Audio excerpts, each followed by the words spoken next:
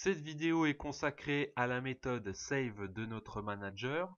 Au cours des vidéos précédentes, je vous ai montré l'implémentation des méthodes Create, qui permet d'insérer un objet en base de données, Read qui permet de récupérer un objet en fonction de son ID, Read All qui va récupérer tous les objets en base de données, Update qui met à jour un objet, et Delete qui va le supprimer dans la base de données.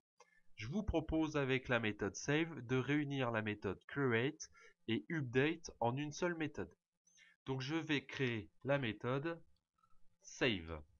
Cette méthode va recevoir en argument un objet contact, c'est-à-dire l'objet qu'il faudra soit insérer en base de données, soit mettre à jour dans la base de données. Alors on va un petit peu expliquer via la documentation à quoi sert cette méthode. Alors comme je l'ai dit, c'est une fusion des méthodes create et update. Donc d'une part, cette méthode va insérer un objet en base de données et va mettre à jour l'objet passé en argument en lui spécifiant un identifiant.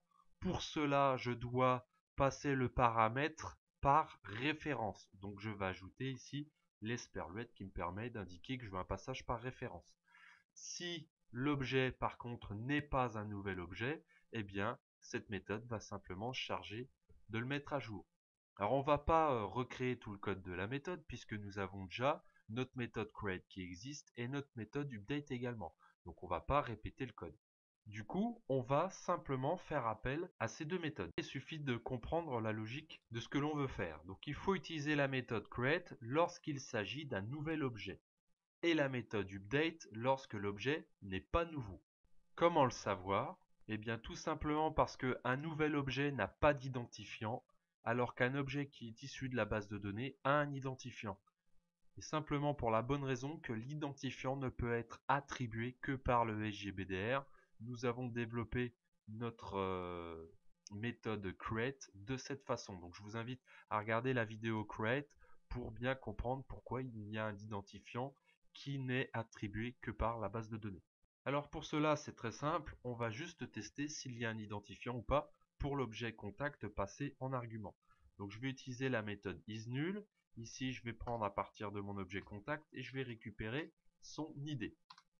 Donc si l'id est nul, c'est simplement que l'objet est nouveau. Donc de fait, on va retourner le résultat de la méthode create. Et ici, je vais donc passer mon objet en argument. Maintenant, si mon objet n'est pas, ou plutôt si mon identifiant n'est pas nul, eh bien c'est qu'il faut faire une mise à jour. Dans ce cas-là, je vais appeler la méthode update et je vais passer l'objet en argument. Et notre méthode est maintenant terminée. Puisque notre méthode save revient à utiliser soit la méthode create, soit la méthode update, ces méthodes n'ont plus besoin d'être publiques puisqu'elles n'ont plus à être appelées depuis l'extérieur de la classe. Je vais donc passer la méthode create en tant que méthode private et ainsi que la méthode update en tant que méthode private également.